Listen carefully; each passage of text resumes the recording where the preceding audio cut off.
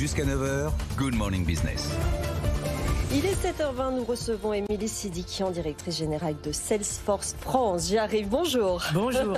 Vous êtes avec nous ce matin dans Good Morning Business pour nous parler de cette journée de rencontres, de conférences autour de la digitalisation des entreprises. Sujet très important, c'est pas une mode évidemment, c'est toute l'économie qui est en train de se transformer, qui est en train de calculer un petit peu ses besoins. Comment va se dérouler cette journée auprès de vos partenaires? Alors effectivement, c'est un événement en principe annuel, ça faisait 3 ans qu'il n'était pas en physique. Et donc, on est très content de pouvoir accueillir cette première étape puisque c'est un tour du monde qui commence à Paris. Et donc, l'événement est structuré avec 3 grandes thématiques. Une thématique donc de la digitalisation des entreprises où le numérique est vraiment au niveau des directions générales. Et donc, on aura sur scène la chance d'accueillir CMA, CGM, Accor, Encore Store ou encore Bash. Donc, ça montre que la technologie est disponible quelle que soit la taille de l'entreprise. Dans tous les secteurs. Hein. Exactement. Ouais. Et quel que soit le secteur industriel. Il y a un second gros pilier qui va être autour de la technologie au service des enjeux de l'ESG. Et donc, l'entreprise aussi en tant que plateforme du changement. On va parler éducation, environnement, mixité sociale. Ça veut dire quand je vous écoute, parce que Salesforce, on vous connaît pour étant spécialiste de la gestion, la relation client, quand on vous entend parler de ESG, etc., de plus en plus, vous augmentez votre palette de produits et vous adressez presque toutes les fonctions d'entreprise à partir du moment où elles sont mises dans le cloud et où elles permettent d'interagir en fait entre les différents acteurs. Effectivement, on a cette vision technologique qui montre qu'on vit quand même dans un monde bousculé où tout est incertain et donc il faut savoir faire en sorte d'accompagner aussi les investissements qui peuvent être faits par les entreprises. Ouais. Et la vision technologique que l'on porte, c'est de dire demain, ce qui compte, c'est la qualité de la relation client.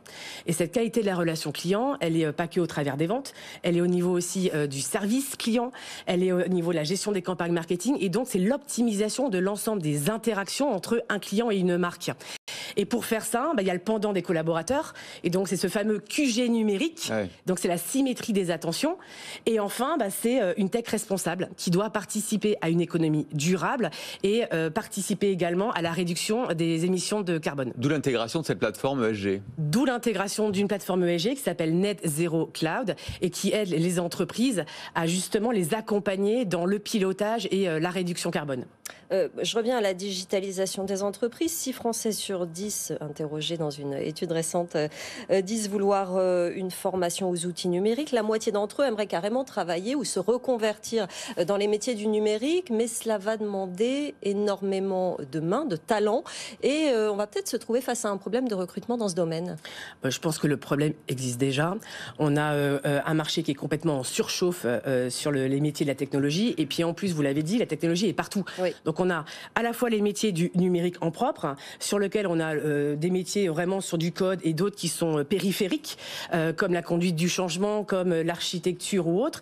Et puis surtout, c'est qu'on a un usage de la technologie, quelle que soit l'industrie. Et donc finalement, on a du mal à se dire qu'on n'a pas de métier de partout. Donc on a vraiment ces 2 familles. On a une opportunité de pouvoir former, quelle que soit l'industrie et les métiers. Tout métier comprend un pendant numérique. C'est pour ça que vous allez investir 3,5 milliards de dollars en France sur les 5 prochaines années. Alors ça, c'est l'annonce majeure du jour.